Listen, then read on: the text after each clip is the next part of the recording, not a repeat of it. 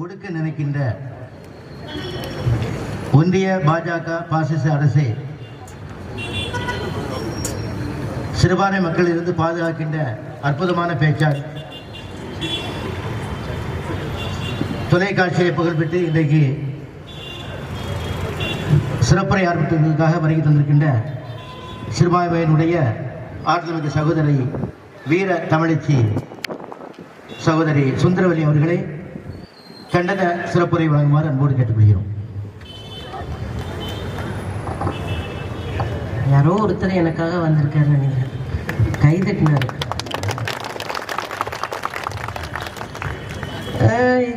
பார்த்தா ஒரு மாதிரி இருக்கு. நான் ஆரம்பிச்சிடுறேன். மானமும் அறிவும் மனிதனுக்கு அழகு என்று சொன்ன தந்தை பெரியாரையும், கற்பி சொல்லிக் கொடு, கற்பி ஒன்று சேர் புரட்சி செய் என்று சொன்ன புரட்சியாளர் டாக்டர் அம்பேத்கர் அவர்களையும், ஆடுகளைப் போல 200 ஆண்டுகள் வாழ்வதை விட புலிகளைப் போல 2 நாள் வாழ்ந்துவிட்டு செத்து விடலாம் என்று சொன்ன களத்தில் மாண்ட வீரம் செறிந்த மன்னன் திப்பு சுல்தானினுடைய வார்த்தைகளை இழப்பதற்கு எதுவுமே இல்லை, இழப்பதற்கு எதுவுமே இல்லை என் கைகளில் நம் விலங்குகளை தவிர, பெறுவதற்கு பொன்னுலகம் இருக்கு என்று சொன்ன மார்க்ஸை நினைத்து எல்லாம் ஒரு மாதிரி மூன்று உட்கார்ந்துருக்கீங்க. எனக்கே வந்து தமிழ்நாட்டுல நாம தான் இந்தியாவுல காவிகளை அடிச்சு ஓட விடுற ஒரு கூட்டம் இருக்கணும். அது நாம உம்முல உட்கார்ந்துருக்கணும். நாம அடிக்கிற அடியில டெல்லி தெரிக்கணும். யார் அப்பா விட்டு சொத்துன்னு வந்து உட்கார்ந்துகிட்டு சட்டம் போட்டு, நீங்க போடுறது சட்டம், நீங்க செய்யறது ஆட்சி, நீங்க சொல்றத நான் கையை கட்டி கேட்கறதுக்கு நாங்கள் அடிமைகள் இல்லை. போராடி போராடி தமிழ்நாட்டை செதுக்கிய வீரர்கள் நாங்கள். இங்க வந்தெல்லாம் உங்க பருப்பெல்லாம் வேகாது மிஸ்டர் 56 இன்ச்சு. நிறைய பேர் நினைப்பாங்க இந்த பக்கம் போகும்போது, இந்த பாய்மார்களுக்கு மட்டும் என்ன வந்துச்சு, எப்ப பார்த்தாலும் நோட்ல ஒரு மேடையை போட்டு ஆம்பளை பொம்பளை குட்டி குடும்பம் அப்படியே கூட்டு உட்கார வச்சு போராடுவோம் போராடுவோம் போராடுவோம் அப்படின்னு சொல்லிட்டே கிடக்குறாங்களே, என்ன அவங்களுக்கு பிரச்சனை அப்படின்னு நிறைய நம்ம பங்காளிங்க, இந்து இஸ்லாமியர் கிறிஸ்தவர்கள் எல்சீக்கியர்கள் இங்க இருக்கிற அத்தனை பேர் நம்ம பங்காளிங்க தானே. ஆர்எஸ்எஸ் கார வேற, பிஜேபி வேற, நாம அத்தனை பேர் ஓரணி. அதுல நாம தெளிவா இருக்கோம். நம்ம பங்காளிகளுக்கு ஒரு டவுட் வந்துடக்கூடாது, என்னையா ஊனா வந்து உட்கார்ந்துக்கிறாங்கன்னு. என்ன பண்றது, பல நூற்றாண்டுகளாக எங்கள் ரத்தத்துல விடுதலை விடுதலை விடுதலை விடுதலை ஜனநாயகத்திற்கான விடுதலை எழுதி வச்சிருக்கிறானே. எல்லாம் நினைக்கிறாங்கன்னா இஸ்லாமியர்கள்னா தொப்பிய போட்டு வெள்ளிக்கிழமை போய், அதாவது தினந்தோறும் 5 தடவை தொழுதுட்டு வெள்ளிக்கிழமை விழுந்து விழுந்து தொழுவாங்கப்பா. அவங்களாம் ரொம்ப அமைதியான மனுஷங்கப்பா. என் மகன் சொல்லுவான், ஏமா அநியாயத்துக்கு நல்லவங்களா இருக்கிறாங்கன்னு. அதனால தாண்டா அப்படி போட்டு அடிக்கிறானுங்க, அது வேற விஷயம் தானுவேன். இது இன்னைக்கு நேத்து வந்ததா? இந்த போராட்ட குணம் எங்கள் ரத்தத்தில், எங்க ஜீன்ல கடத்தப்பட்டிருக்கு. 1857 இந்தியாவின் முதல் விடுதலை போர்ல 1.5 லட்சம் இஸ்லாமியர்கள் இந்த நாட்டிற்காக உயிரை கொடுத்திருக்கிறார்கள். வெள்ளை ஏகாதிபதி பக்கீர்கள், இஸ்லாமியர்களில் ஒரு கூட்டம், வீடுகளில் உணவை வாங்கி உண்டுவிட்டு வாழக்கூடிய ஒரு வாழ்க்கை வாழ்ந்தவர் பக்கீர்கள். வீதிகளிலே இந்தியாவின் விடுதலை முழக்கத்தை விடுதலை விடுதலை என்று அணிந்தவர்கள் இஸ்லாமியர்கள். எங்க அண்ணா ஒருத்தர் இருக்கார் தமிழ்நாட்டுல, நிறைய அண்ணங்க திரியிறானுங்க. எந்த அண்ணனா இருக்கும், எல்லாருக்கும் ஒரே அண்ணன் தாங்க தமிழ்நாட்டுல இருக்காரு. அந்த அண்ணன் சொல்லுவார், கப்பலோட்டிய தமிழன் எங்கள் தாத்தா அப்படின்னு வரு. சரி, எனக்கு ஒன்றும் பிரச்சனை கிடையாது, நீங்க யார வேணாலும் தாத்தா பாட்டேன்னு கூப்பிட்டுக்கோங்க. ஆனா கப்பலோட்டிய தமிழன் எங்கள் தாத்தா இன்றைக்கு சொந்தம் கொண்டாடுகிற அரசியல் தலைமைகளுக்கு ஒரு உண்மை தெரிய வேண்டும். கப்பலோட்டிய தமிழன் கப்பலை ஓட்டணும். இந்த நாட்டில பொருளாதாரத்தை குடும்பத்தை ஏகாதிபத்தியக்கு எதிராக உயர்த்தி பிடிக்க வேண்டும் என்று நினைத்த போது 2 லட்சம் ரூபாயை கொடுத்தது பக்கீர் முகமது என்கிற இஸ்லாமிய. நம்ம பெருசு இருக்குல்ல, தாடிக்கார பெருசு யாரு? ஏங்க நம்ம பெருசுங்க, மோடி எல்லாம் நம்ம ஆளு கிடையாது. நம்ம பெருசு வேற, நம்ம பெருசு பெரியாரு. அது என்னமோங்க, நான் சாமி கும்பிடுறவங்களா இருப்பாங்க. ஏப்பா பெரியார், பெரியார் எங்க சியாந்தாயா, நாங்க சாமி கும்பிடுறோம், அது சாமி கும்பிடாது, அப்படித்தான் வித்தியாசம். அந்த மனுஷன் இருக்கனாலதான் இன்னைக்கு ரோட்ல வந்து போராடணும், படிக்கணும், அதிகாரத்துக்கு வரணும் அப்படின்னு எங்களுக்கு தெரிஞ்சிச்சு இல்லையா? கப்பலோட்டிய தமிழனுக்கு காசை கலெக்ட் பண்ணி கொடுக்குறாங்க. ஈரோட்ல இருந்து 36,000 ரூபாய் கொடுக்குறாங்க. பெரியாரும் ஈரோட்டில் இருந்த நூற்றுக்கணக்கான இஸ்லாமியர்கள் உழைத்த பணத்தை கொடுத்து கப்பலோட்டிய தமிழனை கப்பலை விட வச்சாங்கன்னா எங்கள் ரத்தத்தில் இந்த நாட்டை குறித்த அக்கறை இருக்கிறது, விடுதலை இருக்கிறது தோழர்களே. எனக்கு ரொம்ப முக்கியமான ஒரு இடம் இருக்கு. உங்களுக்கு தெரியும், சுபாஷ் சந்திர போஸ் ஹிட்லரை நேருக்கு நேரா சந்திச்சு பேசின ஒரு ஆளு. உலகத்தின் விடுதலைக்காக போய் பயங்கரமான படை திரட்டிய ஒரு ஆளு. இந்தியாவை வென்றே தீர்வோம் அப்படின்னவர். அவர் முதல்ல புடிச்ச ஊரு சிங்கப்பூர். சிங்கப்பூரை புடிச்சிட்டாரு. ஆனா அதை ஆள வேண்டும் என்றால் அதற்கு பணம் வேண்டும். அதுக்கு என்ன பண்ணலாம்? ஹபீப் யூசுப் என்கிற ஒரு பெரும் முதலாளி தன்னுடைய ஒட்டுமொத்த சொத்தையும் யாருக்கு? சுபாஷ் சந்திர போஸுக்கு எழுதி வைத்து விட்டு இந்தியாவை வளப்படுத்துங்கள் என்று சொன்னார். இப்படி வரலாறு முழுக்க ஒன்னே ஒண்ணு சொல்லிடுறேன். அம்பேத்கர் இருக்கார்ல, அம்பேத்கரை பார்லிமெண்ட்டுக்குள்ள நுழைய விடலங்க. திட்டம் போட்டு ஒரு கூட்டம் வேலை செஞ்சுதான் அதுக்கு தலைவனாய் இருந்தவர் சர்தார் வல்லபாய் படேல். அம்பேத்கர் உள்ள வரக்கூடாது, பார்லிமெண்ட்டுக்குள்ள வரக்கூடாது. அவரே வரணும். கெர்னு ஒருத்தர் முதலமைச்சர் மகாராஷ்டிரால, அவரு அம்பேத்கரை ஜெயிக்க விடாம பாத்துக்கிட்டாரு. ஆனா அம்பேத்கரை பார்லிமெண்ட்டுக்கு அனுப்பினது யார் என்றால் அன்றைக்கு முஸ்லிம் லீக் கட்சியும் ஜோகேந்திரநாத் மண்டல் என்கிற ஒரு செயல்பாட்டாளர் சேர்ந்து வங்கதேசத்துல நம்முடைய தோழன் புரட்சியாளர் டாக்டர் அம்பேத்கரை ஜெயிக்க வச்சு பார்லிமெண்ட்டுக்கு அனுப்பினது இஸ்லாமியர்கள் என்பது வரலாறு. இப்ப புரியுதா நாம ஏன் போராடுறோம்? நமக்கு போராட்டினா சோறு இறங்குதுங்க. இவர் நினைக்கிறாரு நம்ம மோடி மிரட்டிடலாம், உருட்டி அடக்கி உட்கார வச்சிடலாம், சொத்தெல்லாம் புடுங்கிடலாம், சட்டத்தெல்லாம் திருத்தி காலி பண்ணிடலாம், இவங்களே பண்பாட்டு அடிமைகளாக, அதிகாரமற்றவர்களாக, வலிமையற்றவர்களாக மாற்றிவிடலாம் அப்படின்னு கொக்கரிச்சிட்டு இருக்கிறாரு. இப்போது சொல்லுகிறேன், லெனின் சொன்னார், எப்போது நான் வாழவே முடியாது என்கிற சூழல் ஒரு நாட்டில் வருகிறதோ அப்போது புரட்சி வெடிக்கும் என்றால் அந்த புரட்சி எங்களிடமிருந்து தொடங்கும், எங்களிடமிருந்து தொடங்கும். நீங்க வச்சா சட்டை எனக்கு புரியவே இல்லைங்க. என்னென்னமோ பண்ணி பார்த்தானுங்க, நிறைய நிறைய வேலைகளை பண்ணி பார்த்தாங்க. நாம அடங்கல, கேள்வி கேட்டோம், எதிர்த்தோம், சட்டம் போட்டோம். இன்னைக்கு கடைசியில் ஒரு இடத்துல கொண்டு வந்து நிப்பாட்டி இருக்கிறான். இது ஏற்கனவே தெரிஞ்சது. போன ஆண்டு அமெரிக்காவினுடைய பேராசிரியர் ஒருத்தர், கிரெகரி ஸ்டான்டன் ஒருத்தர், அவர் என்ன சொன்னார் தெரியுமா? அதிர்ச்சிகரமான ஒரு தகவலை அமெரிக்க அரசுக்கு கடிதமாக எழுதினார். அவர் ஜீனோசைட் வாட்ச் என்கிற ஒரு நிறுவனத்தை நடத்தி கொண்டிருக்கிறார். அவர் உலக அரசியலை பார்த்து கொண்டிருக்கிற ஒரு பேராசிரியர். அவர் சொன்னாரு, இந்தியாவிலே ஓர் இன அழிப்பு நடக்க போகிறது, அதன் கடைசி கட்டத்திலே இன்றைக்கு இந்தியா நின்று கொண்டிருக்கிறது என்று போன ஆண்டு கடிதம் எழுதினார். அதிர்ச்சியானது உலகம். அமெரிக்கா உடனடியாக தலையிட்டு இந்தியாவிலே இன அழிப்பை தடுத்து நிறுத்த வேண்டும் என்று அவர் கடிதம் கொடுத்தார். அப்போதுதான் 56 இன்ச் அமெரிக்காவுக்கு போகும்போது அமெரிக்காவில் இருக்கிற எம்பிக்கள் 70க்கும் மேற்பட்டோர் மோடி பார்லிமெண்ட்டுக்கு வந்தால் நாங்கள் பார்லிமெண்ட்டுக்கு வரமாட்டோம் என்று கடிதம் எழுதி கொடுத்து மோடியை புறக்கணித்தார். ஐநா சபை அறிக்கை வெளியிடுது. மதங்களுக்கான சுதந்திர அமைப்பு சொல்லுகிறது, இந்தியாவிலே சிறுபான்மை மக்கள் மிக பெரும் அச்சுறுத்தலுக்கு ஆளாகி இருக்கிறார்கள் என்று வெளிப்படையாக ஐநா அறிக்கை விட்டிருக்கிறது. அப்ப கிரெகரி ஸ்டான்டன் சொல்றாரு,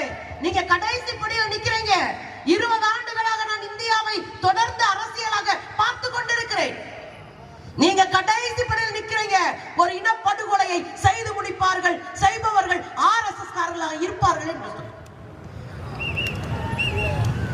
நான் இப்போ சொல்றேன், ஒரு இஸ்லாமியன் மீது எங்க ஊர்ல நீ கை வைக்கிறதா எங்க பணத்தை தாண்டி தாண்டா நீ கை வைக்கணும். இதை நான் மனசுக்குள்ள இருந்து சொல்றேன். இந்த பிள்ளைங்க கோஷம் போடும்போது எனக்கு கை புல்லரிச்சிச்சு. விடமாட்டோம். வெள்ளக்காரனுக்கு கால் கழுவி, வெள்ளக்காரனுக்கு காட்டி கொடுத்து, சொகுசா அதிகாரத்தில் இருக்கிற உனக்கே இவ்வளவு திராணினா போராடி போராடி களத்தை வென்று நிற்கிற எங்களுக்கு எவ்வளவு திராணி இருக்கும்? அவ்வளவு சீக்கிரமா அடிபணிச்சிருவோமா? நீ எல்லா சட்டத்தையும் கொண்டு எங்க மேல போடுவ. நீங்க ஒரு இன அழிப்பை செய்வீங்க, நாங்க அதெல்லாம் வேடிக்கை பார்த்துட்டு இருக்க மாட்டோம். தமிழ்நாடு இந்தியாவின் தலைநகரமாக, அரசியல் தலைநகரமாக மாற வேண்டும் தோழர்களே. நாம் தான் வழி நடத்த வேண்டும். எப்படி ஒன்னா அடிச்சு அடிச்சு தூக்குறோமோ அதை போல நாம் அடிச்சு விளையாடணும் அரசியல் களத்துல. அதுல கேட்டாங்க நிறைய, அவர் ரொம்ப டீடைலா சொன்னாரு. வாத்தியாரா இருப்பாரு போல இல்லையா? வாத்தியார் இல்ல, நல்ல பேச்சுங்க, நல்ல ஆற்றொழுக்கா. நமக்கு அப்படி வராது. நம்ம அடிதடியாவே இருந்து வளர்ந்துட்டோம். அது ரொம்ப அழகா வாத்தியார் மாதிரி சொல்லி கொடுத்தாரு. நான் என் பாணியில சொல்லிட்டு போறேன். அதுல என்ன சொன்னாருன்னா, 113 சரத்துக்கள் இருக்கிற சட்டம். அதுல எத்தனை திருத்தம் பண்ணிருக்காங்க தெரியுமா? 48 திருத்தமா. ஏன் 113 திருத்தி விட்டுரு? இல்ல என்ன, நீ தான் களவான்றன்னு புரிஞ்சு போச்சு.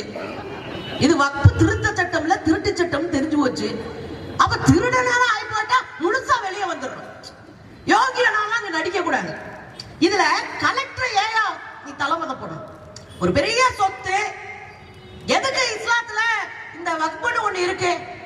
தானமா கொடுக்கிற நிலங்களை, பொருள்களை நிர்வகிக்கிறதுக்கு சொத்து, வேற ஒண்ணு இல்ல.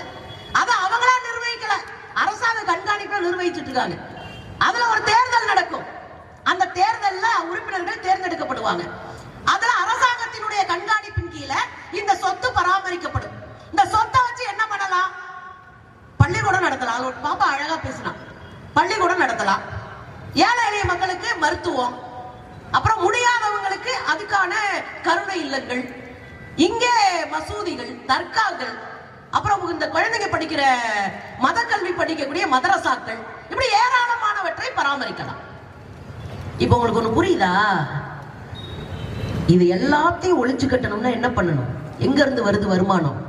வக்பு சொத்து, வக்பு வாடகை, வக்பு சொத்துல இருந்து இதெல்லாம் நடத்துறாங்க. அப்ப ஒட்டு மொத்தமா இஸ்லாமியர்களின் அடையாளத்தை ஒழிக்க வேண்டும் என்றா வக்பு புடுங்கன்றான். இப்ப புரியுதாங்க நரித்தனம்? சரிங்க, புடுங்குறான். அதை ஏன் கலெக்டர் ஒப்படைக்கிறான்? மந்திரி கிட்ட கொடுத்தா கூட ஈஸியா முடிஞ்சு போயிரும் வேலை. கலெக்டர் ஏன் கொடுக்கணும்னா, கலெக்டர் தான் உள்ளூர்ல ரூலிங் பண்றவன். கலெக்டர் தான் உள்ளூர்ல என்னென்ன நடக்குதுன்னு தெரியும். கலெக்டர் தான் உள்ளூர்ல எந்தெந்த இடமெல்லாம் இஸ்லாமியர்களுடைய வகுப்புக்குள்ள வருதோ அதை எப்படி ஆட்டைய போடலான்னு தெரியும். அதனால இந்த பொறுப்பை கலெக்டர் கொடுக்கிறோம். உங்களுக்கு புரியுதா? நீங்க அதானிய குறைச்சு மதிப்பிடுறீங்க. அதானி தான் 56 இன்ச்சுக்கு உசுரே. நான் சும்மா சொல்லலைங்க. 2002 இனப்படுகொலை குஜராத்தில் நடந்துச்சுல, மிகப்பெரிய பேரழிவை சந்தித்தோம் இல்லையா? எவ்வளவு பெரிய வன்முறையை இந்த மக்கள் எதிர்கொண்டார்கள். அந்த வன்முறை செய்தவர்களை கொண்டாடிச்ச ஒரு கூட்டம். பில்கிஸ் பான் அதற்கு சாட்சி. நீதிக்காக இன்றைக்கும் வீதியில் இறங்கி என் அன்பு தங்கை போராடிக்கிட்டு இருக்கா. நாம இங்க நின்று போராடுமா, நாங்க கூட நிக்கிறோம்னு சொல்லிட்டு இருக்கோம். அதுல உலகமே காரி உமிழ்ந்து கொண்டிருந்தது மோடிய. அமெரிக்கா மோடியே உள்ள வரக்கூடாதுன்னு தடை விதிச்சிருந்தாங்க. உனக்கு நாங்க விசாவே கொடுக்க மாட்டோம் அப்படின்னு தடை பண்ணி பிரதமரான பிறகு விசாவை கொடுத்தாங்க.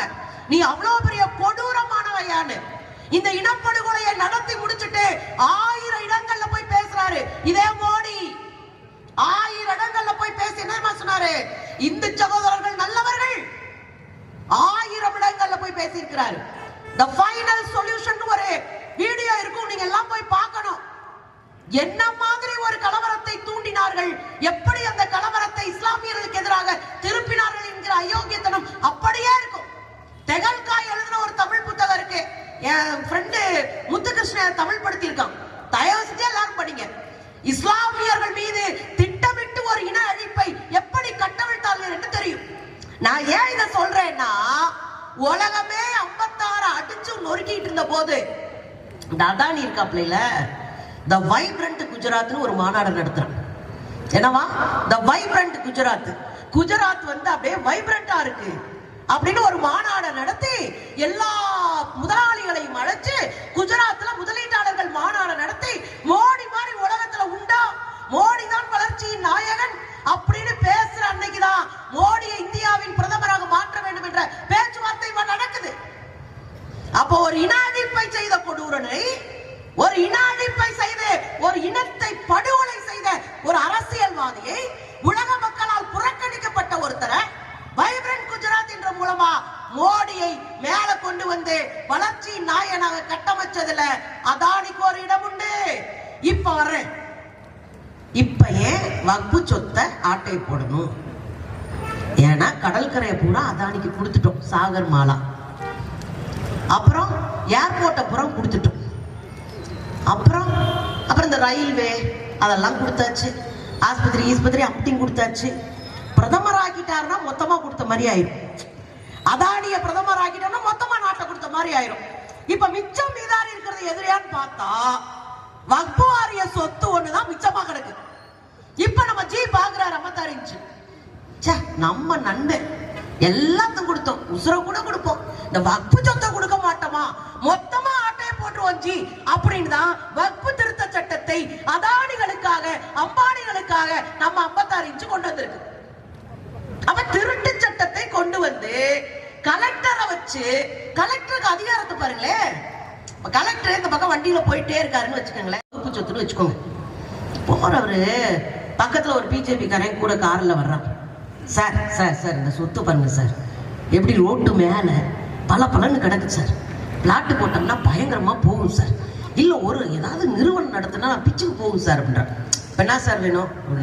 இது வக்போடு சொத்தா போச்சு, நீங்க பார்த்து அரசாங்க சொத்துன்னு அறிவிச்சு விட்டுருங்க சார், அப்புறம் நானே வாங்கிக்கிறேன். சட்டம் சொல்லுது. என்ன சொல்லுது தெரியுமா? கலெக்டர் பார்த்து, நீ பெரிய கலெக்டரான்னு கேட்டாங்களே நம்ம ஊர்ல எல்லாம். ஆமா, நீ பெரிய கலெக்டர். இப்ப கலெக்டருக்கு வெயிட் ஏறி போச்சு. கலெக்டர் பார்த்து ஒரு சொத்தை இது அரசு சொத்துன்னு சொன்னா அது அரசு சொத்து. அப்புறம் கலெக்டர் பார்த்து உள்ளூர்ல இருக்கிற செயினா இருக்கிறவன் பிளேடு பக்கரி முடிச்ச வைக்க முல்ல மாதிரி, அதாவது பிஜேபி காரங்கன்னு சொல்றேன். இல்ல இது இப்படி சொன்னாலும் அப்படிதான், அப்படி சொன்னாலும் ஈஸி கோல்ட்டு போட்டுக்க வேண்டியதான். அவன் பூரா வந்து சொத்தை பிடிங்கி தின்றுவான். இதுக்காகத்தான் லோக்கல் கலெக்டர்ஸ உள்ள இறக்கி விடுது. திருத்த எதுக்கு கொண்டு வரணும்? செழுமைப்படுத்த. ஆனா திருட்டுத்தனத்தை கொண்டு வர இந்த உதவி செய்யறவங்களுக்கு 5 வருஷத்தை வந்து முஸ்லீமா இருக்கணும். எங்க முட்டா பையன் கூட இப்படி யோசிக்க முடியாதுங்க. நான் ஒருத்தர் இங்க கிடக்குறாரு, ஓடி போய் அவரை அமைக்கி மூச்சை கொடுத்து அவரை காப்பாத்தி முதலுதவி பண்ணி ஆஸ்பத்திரிக்கு அனுப்புறேன்னு வச்சுக்கோங்க. ஒரு உதாரணத்துக்கு சொல்றேன். அப்படியெல்லாம் யாரும் போட்டு அமுக்க கூடாது. நீங்க இஸ்லாமா? அப்புறம் எதுக்கு அவரை தொடுறீங்க? நீங்க யாருடா நீங்கெல்லாம்? நீங்க மூளையை கழட்டி பாக்கெட்லயே வச்சு திருவானுங்க போல இருக்கு. ஏங்க தலையில இருந்தா வேலை செய்யணும்லங்க, பாக்கெட்ல வச்சு தெரிஞ்சா எப்படி வேலை செய்யும்? எனக்கு என்ன ஆச்சரியம்னா, எங்க 5 வருஷமா முஸ்லீமா இருக்கிறவங்க தான் கொடுக்கணுமா? நான் 2 உதாரணம் சொல்லவா உங்களுக்கு? இந்த கொரோனா காலகட்டங்க, எனக்கு தெரிந்து இந்தியா முழுவதும் கொரோனா நோய் தொற்று வந்த போது அப்பன் புள்ள பாத்துக்க முடியல, அம்மா செத்தா பிள்ளைங்க போய் தொட்ட அழ முடியல, பெத்த பிள்ளைய பறி கொடுத்தா கூட பக்கத்துல போய் பார்க்க முடியல. ஆனா எல்லாத்தையும் அல்லா மேல தூக்கி போட்டுட்டு ஓடி ஓடி அந்த கொரோனா பிணங்களை அடக்கம் செய்த ஒரு கூட்டம் இருக்குதா, அது இஸ்லாமியர். நாங்க அன்னார பார்த்திருக்கேன். ஒரு பேட்டி படிச்சேன். ஒரு ஐயா RSS போல இருக்கு, இஸ்லாமியர் எங்க தெருவுக்குள்ளேயே குடி வரக்கூடாதுன்னு இருக்காரு. அவர் கொரோனாக்கு அப்புறம் ஒரு பேட்டி கொடுக்கிறாரு. என்ன தெரியுமா? நான்லாம் கொரோனாவில் கொடுமையா உயிருக்கு ஆபத்தா இருந்தேன். ஆட்டோல ஏத்த மாட்டான், எதுலையுமே ஏத்த முடியல, ஒண்ணுமே கிடைக்கல. ஒரு ஆட்டோக்காரர் பக்கத்து வீட்டுல இருந்தவர், பக்கத்து தெருவில் இருந்தவர், அவர் ஒரு முஸ்லீம். அவர் தான் என்னை தூக்கிட்டு போய் ஒரு ஆஸ்பத்திரிக்குள்ள கஷ்டப்பட்டு என்னை கெஞ்சி கூத்தாடி சேர்த்து விட்டு கடைசி நிமிஷத்துல என் உசுரை காப்பாத்தி விட்டாரு. அன்னைக்கு நினைச்சேன் மனுஷனை விட என்னடா பெரிய மதம்னு, இன்னைக்கு நான் அதை விட்டுட்டு வந்து நிக்கிறேன்ற. நீங்க பார்க்கலாம், பேட்டி இருக்கு ஆண்டவட நினைக்கிறேன். ஐ திங்க் அதுல இப்படி ஆம்புலன்ஸ்ல ஏத்திட்டு போய் காப்பாத்தணும்ல பல பேரை. அப்ப நம்ம இஸ்லாமிய அமைப்பு ஒரு ஆம்புலன்ஸ் கேக்குது, நிதி திரட்டிட்டு இருக்காங்க, இன்னும் 2 ஆம்புலன்ஸ் வாங்குவோம், ஏழை எளிய மக்களுக்கு உதவுவோம். இந்த வீட்டுக்காரரை காப்பாற்றுன அந்த இஸ்லாமிய குழுவை பார்த்து, அந்த தொண்டர்களை பார்த்து ஒரு அம்மா, நான் கேள்விப்பட்டேங்க, நீங்க ஒரு ஆம்புலன்ஸ் வாங்க போறீங்களாம்ல, நான் ஒரு 8 லட்சம் கொடுக்குறேன், இந்தாங்கன்னு போய் கொடுக்குறாங்க. அவங்க பேர்ல ஆம்புலன்ஸ் வாங்கியாச்சு. இப்ப நான் கேக்குறேன், இந்த அம்மா 8 லட்சம் கொடுத்துச்சுல, கொடுக்கறதுக்கு முன்னாடி 5 வருஷம் நீ முஸ்லீமா இருந்தியா? 5 நேரம் தொழுதியா? விரதம் இருந்தியான்னு கேட்டா என்ன நடக்கும்? அப்ப இன்னொரு விஷயம் கூட யோசிங்க. 2015 2015 சென்னை எப்படி இருந்துச்சு உங்களுக்கு சொல்லவே வேணாம். நாங்களாம் தண்ணிக்குள்ள தள்ள மாட்டிட்டு கிடந்தோம். எப்ப யாரு என்ன காப்பாத்துவாங்கன்னு உட்கார்ந்துட்டு இருந்தோம், மாடியிலே கிடந்தோம். அதுல ஒரு விஷயம் நடந்துச்சுங்க. ஒரு பாப்பா நிறை மாத கர்ப்பிணி, ஒரு 23 வயசு இருக்கும். 2-3 நாள்ல பிரசவம் பார்க்க போறோம். அந்த பாப்பா அங்க துடிச்சிட்டு இருக்கிறா, தண்ணிக்குள்ள கிடக்குறா, மேடவாக்கம் பகுதியில. ஒரே ஒரு நம்பர் கிடைக்குது. அந்த நம்பருக்கு போனை போட்டு, வாட்ஸ்அப் நம்பரு, அண்ணே என் வீட்டுக்காரர் வேலையில மாட்டிக்கிட்டாரு, நான் வீட்டுக்குள்ள மாட்டிக்கிட்டேன், எனக்கு நான் டெலிவரி ஆக 3 நாள் தானே இருக்கு, என்னை காப்பாற்ற முடியுமா உங்களாலன்னு கேட்கிறான். ஆனா அந்த பையன் பேரு யூனுஸ். தங்கச்சி எங்கப்பா இருக்கீங்கன்னு கேட்கிறாரு. இந்த இடம் நீங்க வாங்கினே, நான் பேட்டரி அடிச்சு காட்டுறேனே அப்படின்னு சொல்லி கூப்பிட்டு போயிட்டாரு. போட்ல போய் அந்த பொண்ணை காப்பாத்தி கூட்டிட்டு வந்து கரையில விட்டு இன்னொருத்தர் அழைச்சு ஆஸ்பத்திரியில கொண்டு போய் விடுங்கன்னு சொல்லிட்டு அவங்க வீட்டுக்காரருக்கு போன் பண்ணி எல்லாரையும் வச்சு செட்டில் பண்ணி அனுப்பிட்டாரு. ஒரு வாரம் கழிச்சு யூனுஸ்க்கு போன் வருது. போனாருன்னா இந்த பொண்ணு இருக்குல்ல, காப்பாற்றப்பட்ட பொண்ணு, அந்த பொண்ணு அவங்க வீட்டுக்காரரும் குழந்தையோட வந்து நிக்கிறாங்க. அப்ப அவர் கையை பிடிச்சுக்கிட்டு அவங்க வீட்டுக்காரர் சொன்னாராம், நான் நினைச்சே பார்க்கலங்க, இவ்வளோ பெரிய உதவியை செஞ்சு விட்டேங்க, இக்கட்டான காலத்துல எனக்கு கூட நின்னீங்க, காசுக்காக நான் நிறைய ஓடி இருக்கேங்க, இனிமேல் நான் அதை செய்ய மாட்டேன், என் சம்பாத்தியத்தின் ஒரு பகுதியை மக்களுக்காக நான் செலவிடுவேன், அதை கற்றுக் கொடுத்தது நீங்க தாங்க. குழந்தைய அவர் கையில கொடுத்துட்டு, இந்த குழந்தைக்கு என்ன பேர் வச்சிருக்கோம் தெரியுமா? யூனுஸ் பேர் வச்சிருக்கோம். இதான் எங்க ஊரு, இதுதான் நம்முடைய கல்ச்சரே. இந்த 1 மாசத்துக்கு முன்னாடி நம்ம எச்ராஜா தானே பாவம், அந்த மனுஷன் எப்படி தான் அடிவாங்க இருப்பாங்க. எச்ராஜா சாக தெரிஞ்சிச்சு 1 மாசத்துக்கு முன்னாடி. எப்படி சாக தெரிஞ்சிச்சுன்னா, இந்த அறநிலையத்துறையில் ஒரு அறங்காவலராக ஒரு இஸ்லாமியரை எப்படி நெஞ்சு வலிக்க பேசி பார்த்துச்சு. கடைசியில ஒண்ணும் இல்லாம புஷ்ன்னு போச்சு. என்னன்னு கேட்டா, அந்த இஸ்லாமிய பேர் வச்சிருக்கிறவர் இந்து. என்னையா நடந்துச்சு? தஞ்சாவூர் பாவனாஸ்தலன்னு போய் பார்த்தா அவரு பேட்டி கொடுக்கிறாரு. ஏங்க, நான் பிறக்கும் போது எங்க அம்மாவுக்கு பிரசவம் சிக்கலாகி போச்சான். சிக்கலாகி போய் தாயும் பிள்ளையும் காப்பாற்ற முடியாம தவிச்சிட்டு இருந்திருக்காங்க. அந்த சமயத்துல நர்கிஸ் அப்படின்னு ஒரு நர்கிஸ் கான் ஒரு டாக்டர், அவர் என்னை காப்பாத்தினாராம். இந்த குழந்தையும் தாயும் நல்லபடியா காப்பாத்தினதால சாமின்னு அவர் பேரவே நாங்க வச்சு எங்க அம்மா நர்கிஸ் கான் பேர் வச்சுட்டாங்க. நான் இந்து தாங்க, இந்து சாமி தான் கும்பிட்டுக்கிட்டு இருக்கேன் அப்படின்னாரு. அப்ப நர்கிஸ் கான் ஒரு ஆப்ப வச்சு விட்டாரு எச்ராஜாவுக்கு.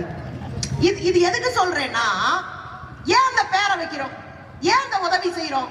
ஏனென்றால் ஒரு மனுஷன் ஒரு மிகப்பெரிய இக்கட்டான சூழ்நிலை இன்னொரு மனுஷன் செய்யற உதவிக்கு நன்றி கடனாக எதையாவது செய்ய நினைக்கும் போது தான் கிட்ட இருக்கிற ஒரு பொருளையோ ஒரு பண்டத்தையோ ஒரு நிலத்தையோ எதையோ ஒண்ணு கொடுத்து தனக்கு கிடைச்சதுக்கான நன்றி சொல்ற ஒண்ணுதான் இந்த உதவின்றது, இல்லையா? அப்படிதான் செஞ்சிருக்கிற. அப்படி செய்யப்பட்டதான் வக்ஃபு சொத்துக்கள் எல்லாம். அப்படி நிறைய பேர் கொடுத்திருக்கிறாங்க. ஏங்க, நீங்க போய் தற்கால போய் பாருங்க. நான் ஒரு தற்கால எத்தனை இந்துக்கள் உட்கார்ந்து என்ன செய்வாங்க, சாமி கும்பிட்டு மரியாதை செஞ்சுட்டு தன்னால முடிஞ்ச காணிக்கையை கொடுத்துட்டு எத்தனை இது இங்க பழகப்பட்ட ஒண்ணு. அப்ப இதனுடைய நோக்கம் என்ன சொல்லுங்க? வக்ஃபு சொத்து கண்ணை ஊர்த்தது ஒரு பக்கம், 7 லட்சம் கோடியா இருந்தது 14 லட்சம் கோடியாக எப்படி மாறியது? உன் வீடு மட்டும் 5 லட்சத்துல இருந்து 50 லட்சத்துக்கு மாறலாம். ஆனா இங்க வக்ஃபு சொத்து 7 லட்சத்துல இருந்து 14 லட்சமா மாறாதா? என்னையா கணக்கு வழக்கு பாக்குற? பார்லிமெண்ட்ல தான் பார்க்க தெரியல. இப்படி ஒரு சட்ட திருத்தவாது ஒழுங்கா பார்க்கணும்ல. வக்ஃபு சொத்து அதிகரிச்சிருச்சு, வக்ஃபு ரேட் அதிகரிச்சு போச்சு. அப்ப என்ன அர்த்தம் தெரியுங்களா? இவங்களுடைய நோக்கம் வேறு யாரும் புதிதாக வேற்று மதத்தவர்கள் வக்புக்கு எந்த தாளத்தையும் செய்துவிடக் கூடாது என்று தடுப்பது ஒண்ணு. ரெண்டாவது, நீங்கள் நானும் அக்கா தங்கச்சியா இருக்கோம். இந்த அக்கா தங்கச்சி, இந்த நம்பிக்கை, இந்த உறவை உடைச்சு காலி பண்ணணும்னா எந்த ஒட்டு உறவும் இல்லாம இப்படியே நிப்பாட்டிடுது. நான் 10 ரூபா கொடுக்கலாம்னு நினைக்கிறேன், அப்படித்தான் நான் கொடுக்க முடியும். 10 ரூபா கொடுக்கலாம்னு நினைக்கிறேன். 10 ரூபா கொடுக்கணும்னா நீ 5 வருஷம் முஸ்லீமா இருக்கணும்னா 10 ரூபாய் பையில வச்சுட்டு கிளம்பிடுவீங்கல்ல. இதைத்தான் நினைக்குது, இதைத்தான் எதிர்பார்க்குது. அப்ப இன்னொரு விஷயத்த நான் சொல்றேங்க, அரசு நிலமா நீ அங்கீகரிச்சு சொன்னா அது போயிரும்னா, ஏற்கனவே வட இந்தியால வக்ஃப் வாரிய நிலங்கள் எல்லாம் அரசு நிலங்களாக அறிவிக்கப்பட்டு திருடிட்டான். இதுல மோடிக்கு அடுத்து பக்காலு வெளியே வந்தா அந்த குரங்காட்டி சாமியார் பண்றதை பார்த்தா ரத்தம் கொச்ச கொச்ச கொச்ச கொதிக்கும். யாருன்னு தெரியுதா? அந்த பீஸ் தான். நமக்கு என்ன அரசியலா தெரியாது? இந்தியாவிலே முதல்ல அரசியல்ல இடஒதுக்கீடு வாங்கின கூட்டம் இஸ்லாமியர்கள்னா நமக்கு அரசியல் தெரியாமையா போ? அந்த பீஸ் உடனே அங்க சட்டமே வரல, அந்த சட்டத்தை பேசிக்கிட்டு இருக்கோம், அதை வச்சு என்ன பண்ணலாம்னு உருட்டிட்டு இருக்க ஒரு கூட்டம். உடனே வரீங்க வக்ஃப் வாரிய சட்டம் ஆரம்பிச்சுட்டு எல்லாரும் போங்க போங்க, எங்க எல்லாம் வக்ஃப் வாரிய சொத்து இருக்க எல்லாத்தையும் அட்டை போடு, கிளம்பு கிளம்பு, பத்திரத்தை எடுத்துட்டு ஓடியா. ஏங்க பட்டப்பகல்லையாங்க, பட்டப்பகல்லையா? எவ்வளவு கேடு கட்டத்தனம். மதங்கள் எதை போதிக்குது? நான் சாமி கும்பிடாதவன், நீ சாமி கும்பிடாத தானே, சாமியார் தானே. மதங்கள் எதை போதிக்குது? அன்பே சிவம் சொல்லுதுல. அப்ப நீ அன்பானவனா இருக்கணும்ல. நீ என்ன பண்ணிக்கிட்டு இருக்காங்க? சாமியாருக்கு எதுக்கு முதலமைச்சர் பதவி? அதை கேள்றேன். நான் இந்து, என் சர்டிபிகேட்ல இந்து தான் இருக்கு. நான் சைவ சித்தாந்தத்துல கோல்டு மெடல். அதனாலதான் பல சங்கிகளை கூட சண்டை போட பயப்படுறாங்க. அந்த அக்கா பாட்டுக்கு ஏதாவது ஒரு பாட்டை சொல்லி விட்டுரும், நம்ம அந்த பாட்டு எங்க இருக்குன்னு தெரியாம மாட்டிக்குவோம் அப்படின்னு சங்கி பையில பூரா கதறதுக்கு அதுவும் ஒரு காரணம். இப்ப நான் என்ன கேக்குறேன்னா, உனக்கு சைவ சித்தாந்தமும் தெரியாது, சைவமும் தெரியாது, சாமியும் தெரியாது, சாமி நல்லா இருக்குன்னு சொல்லிச்சுடான்னு அன்னைக்கு சொல்லி வச்சதும் தெரியாது. துறவி என்றால் முற்றிலும் துறக்கணும், ஓட கூட கையில வைக்க கூடாது. பட்டினத்தார் மாதிரி எல்லாத்தையும் திறந்துட்டு தெருவுல போய் பிச்சை எடுத்து கஞ்சி குடிக்கணும், அதான் துறவி வேலை. நீ என்ன பண்ற?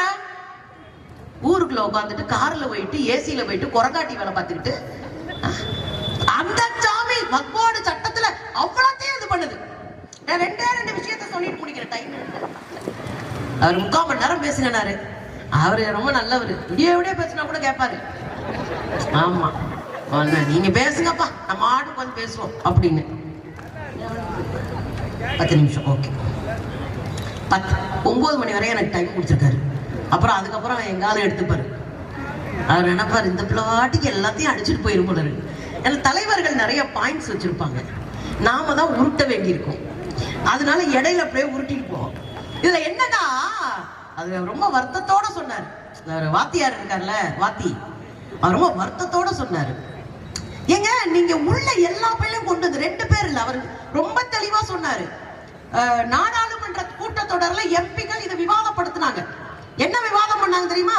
நம்ம கேரளா எம்பி, மார்க்சிஸ்டோட எம்பி கேட்டார், 13 பேர் உறுப்பினர்கள் இருக்கிறதுல 8 பேர் வேறு மதத்தவர்கள் இருக்கிறார்கள், நான் இப்ப சான்று தரேன்றாரு. பிரிட்டஸ் பேரு ஜான் பிரிட்டஸ், ரைட்? பிரிட்டஸ், ஜான் பிரிட்டஸ் நம்முடைய எம்பி, மார்க்சிஸ்ட் எம்பி. அவர் கேட்கிறாரு, 13 பேர்ல 8 பேர் வேற மதம், நீ எப்படி அதை வக்ஃபோட சொத்துன்னு சொல்லுவேன்? பெரும்பான்மை யார் இருக்கா? வேற ஆள் இருக்கா? இதை நான் நிரூபிக்கிறேன் அப்படின்னு பிரைம் மினிஸ்டர் மோடி கிட்ட மல்லு கட்டினாருங்க. அப்ப நீங்க ஒண்ணு ஞாபகம் வைங்க, பெரும்பான்மை பலத்து அற்றவர்களாக நம்மள மாத்தி உட்கார வச்சு முன்னாடி தேர்தல் நடக்கும், வலிமை இருக்கவன் தேர்தலை ஜெயிக்கலாம்.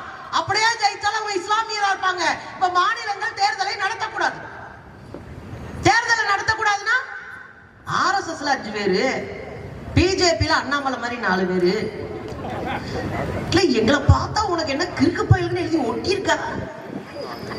எங்க தாத்தன் பாட்டிங்க நாங்கெல்லாம் கொடுத்தே வாழ்ந்தவங்கயா, நீங்க சுரண்டியே தின்னவங்களா இருப்பீங்க. இவ்வளவு இருக்கு ஏங்க. மயிலாப்பூர்ல கபாலீஸ்வரர் குளத்துக்கு ஆற்காடு நவாப் அன்றைக்கு முஸ்லிம்கள் பயன்படுத்திய தொழுகைக்கான குளங்க, அங்கதான் கால்கையை கழுவிட்டு போவாங்களாம். அந்த குளத்தை அங்க அங்க இருக்கிற இந்துக்கள் கேட்டாங்கன்னு ஆற்காடு நவாப் அத கோயிலுக்கு எழுதி வச்சுட்டு வச்சுக்கையா அப்படின்னு சொல்லிட்டு போயிருக்காருங்க.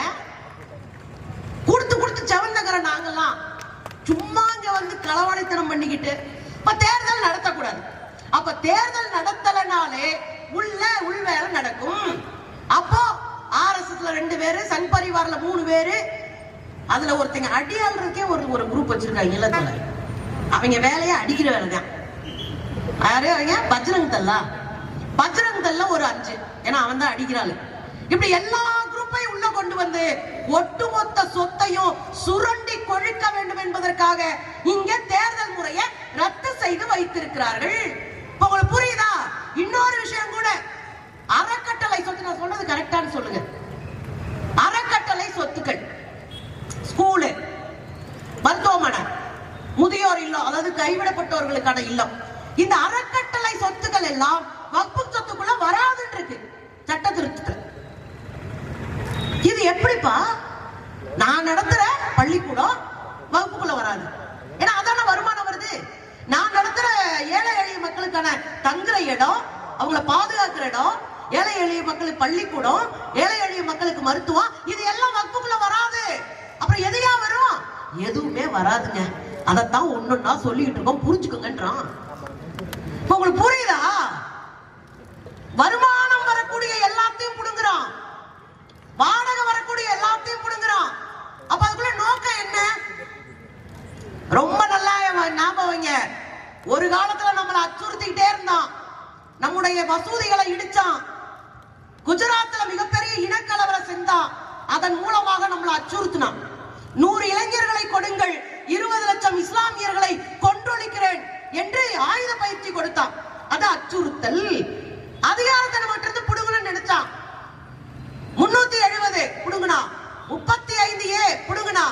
சட்ட திருத்தம் மூலமா தங்கச்சிகளுக்கு அக்காக்களுக்கு எல்லாம் உதவி செய்யறானா. என்ன சட்டம்? முத்தலாக் சட்டம். ஒரு முத்தலாக் சட்டம் சிவில் சட்டமா இருந்தது, அது ஒரு குடும்ப பிரச்சனையா இருந்தது.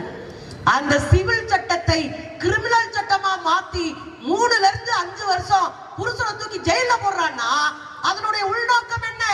இஸ்லாமிய குடும்பங்களை அழித்தொழிப்பதை தவிர வேற என்ன உள்நோக்கம் இருக்கு? ஆவுனா நாங்க இஸ்லாமிய பெண்களை காப்பாத்த போறோம். முதல்ல உன் வீட்டுல இருக்கிற பொம்பளை பிள்ளைங்களை காப்பாத்தியா, அதுக்கப்புறம் இங்கிட்டு வா. இந்துக்களை காப்பாத்து, இந்து குழந்தைகளை காப்பாத்து, இந்து குழந்தைகளை படிக்க வை, இந்து பெண்களுக்கு பாதுகாப்பு கொடு. இந்தியாவிலே பெண்கள் வாழ தகுதியற்ற அச்சுறுத்தப்படுகிற நாடுகளின் பட்டியலில் முதலிடம் இருக்கு இந்தியா. இளைஞர்கள் தற்கொலை செய்யறதுல 2வது இடத்துல இருக்கு இந்தியா. வெக்கமா இல்ல? 47 கோடி மக்கள் உணவு இல்லாம பட்டினி குறியீட்டுல பின்னாடி நடக்கு இந்தியா. வெக்கமா இல்ல? இத சரி பண்றதுக்கு வக்கற்ற கும்பல் இஸ்லாமியர்களை பொது எதிரியா காமிச்சு அச்சுறுத்துறீங்களோ? இப்ப கடைசியில எங்க வந்து நிக்கிறான்? அதிகாரத்தை புடுங்கினா 35A 370 வழிபாட்டு தலங்களை புடுங்குறது, இடஒதுக்கீடை காலி பண்றது. கர்நாடகத்துல 4% இடஒதுக்கீடை காலி பண்ணா. இப்ப திரும்ப எழுதி அனுப்பி இருக்கிறாங்க, கையெழுத்து போட மாட்டாங்க. புரியுதுங்களா? இது நம்ம அதிகாரத்துல போய் விடாம பாதுகாத்துக்கிறது. இப்ப கடைசியில எங்க வந்து நிக்கிறான்? புல்டோசர் வச்சு இடிடா. எதுக்கு? வீட்டை இடி, கடையை இடி, வேலை பார்க்கிற எல்லாத்தையும் இடிச்சு விட்டுரு, மசூதியை இடிச்சு விட்டுரு, அப்புறம் வக்ஃபோட சொத்தை பூரா வாரி பையில போட்டுக்க. அதுக்கப்புறம் என்ன இருக்கும்? வெறுங்கையை வச்சுக்கிட்டு நிப்போம். புரியுதுங்களா? அப்ப கடைசி எங்க வந்து நிக்கிறான்? இஸ்லாமியர்களை பொருளாதாரமற்றவர்களாக மாற்றுகிற யோக்கியத்தனம். அப்போ அச்சுறுத்தினா, அதிகாரத்துல இருந்து நம்மள கீழே தள்ளினா, சச்சார் கமிஷன் சொல்லுது, சச்சார் கமிஷன் ரிப்போர்ட் சொல்லுது, தலித்துகளை விட பழங்குடிகளை விட பொருளாதாரத்திலும் கல்வியிலும் இஸ்லாமியர்கள் பின்தங்கி இருக்கிறார்கள், அவர்களுக்கு முன்னுரிமை கொடுக்க வேண்டும் என்று சச்சார் கமிஷன் சொன்னது. ஆனா இன்னைக்கு அதிகாரத்தை புடுங்கியாச்சு, அச்சுறுத்துவது, இஸ்லாமிய பெண்களை இழிவாக பேசுவது, இஸ்லாமிய குழந்தைகளை கொன்றொழிப்பது எல்லாம் பண்ணி முடிச்சிட்டா. கடைசியில புல்டோசரை வச்சு சொத்துக்களை காலி செய்வது. கடைசியில என்கவுண்டர் மூலமா உத்தரப்பிரதேசத்துல 2000 சில்லற பேர் இந்த ஆண்டு கொலை செய்யப்பட்டிருக்கார்கள், இஸ்லாமியர்கள் மட்டும் என்கவுண்டர்ல. ஏன் சொத்தை புடுங்குறா? ஏன் எல்லாத்தையும் புடுங்குறா? மீண்டும் உனக்கு ஒரு வீடு கட்டணும்னா, மீண்டும் நீ ஒரு கடையை கட்டணும்னா, மீண்டும் நீ ஒரு ஆளா எந்திரிச்சு வரணும்னா உனக்கு எத்தனை வருஷம் ஆகும்? ஒரு 15-20 வருஷம் ஆகாது. முழுசா உழைச்சாலும் 15-20 வருஷத்துல நீ கிழவனா போயிடுவ, நம்ம கிழவியா போயிடுவோம், நம்ம அரசியல் இல்லாம போயிடுவோம். இதுதான் அவர்களுடைய நோக்கம். நம்மை அரசியலற்றவர்களாக, பண்பாட்டு அடிமைகளாக மாற்ற வேண்டும் என்று அவர்கள் நினைக்கிறார்கள். ஆனா இது எங்க ஊர். நான் முடிச்சிருக்கேன் இருக்கா? எனக்கு சில இடங்கள்ல தண்ணியை கொண்டு வந்து வைங்கன்னு லேசா சிக்கிக்கிறமா வந்து வச்சிருவாங்க. நான் முடிக்கிறேன்னு, ஐயா உங்களுக்கு குடிக்கிற தண்ணி வச்சோன்னுவாங்க. இந்த 5 முடிச்சுட்டு முடிச்சிடறேன். நான் திருப்பரங்குன்றத்துக்காரி, திருப்பரங்குன்றம் சுத்தி கறி தின்றவங்க. இன்னொரு விஷயம் பார்த்தீங்கன்னா, இஸ்லாமியர்கள் கூட முதல் இஸ்லாமியர்கள் இவர்கள் ஒரு மதம்னு கூட எனக்கு தெரியாது. உண்மையை சொல்றேன், இஸ்லாமியம் ஒரு மதம் இருக்குன்னு எனக்கு தெரியாதுங்க. பூரா அம்மத்தா, தாத்தன், பாட்டன், இது செய்யா நமக்கு, இது மாமே, இது அத்தை, அப்படிதான் நாங்க பழகினோம். அதனாலதான் அவன் கேட்கிறான், உனக்கு ரோசம் இல்லையானா எதுக்குடா ரோசம் பண்ணோம்? என் வீட்டு ஆளுகளோட எனக்கு என்ன ரோசம் வேண்டியிருக்கு? அப்ப என் வீட்டு ஆளுங்க மேல நீ கை வைக்கும் போது உன் கூட வந்து நின்று சண்டை போறதுக்கு நான் என்ன மூளையத்த பயலாம்? இது என் வீடு, என் மக்கள், நாங்க ஒத்துமையா இருக்கோம், நீ கிளம்பு அப்படின்னு சொல்ற ஊர் தாங்க எங்க ஊர் மதுரை. மதுரை மட்டும் கிடையாது, மதுரையில சித்திர திருவிழாவா துலுக்கநாச்சியார் வருவாங்க. சிக்கந்தர் சாவடி மதுரையில மாரியாத்தா கோயிலு, அங்க கம்ப ஊண்டி திருவிழாவை ஆரம்பிச்சு வைக்கிறதே மாம்பச்சிலைங்க தான். இஸ்லாமியர்கள் தான் வந்து கம்ப ஊண்டி திருவிழாவை நடத்துவார்கள். இங்க பக்கத்துல திருப்பூர்ல இந்தியாவே பேசிச்சு 6 மாசத்துக்கு முன்னாடி. இந்தியாவுல அது வடக்க இருக்கிற ஒரு டிவி பதறுது, என்னன்னா அவங்க சண்டையா போட மாட்டாங்களா நம்மளை பார்த்து?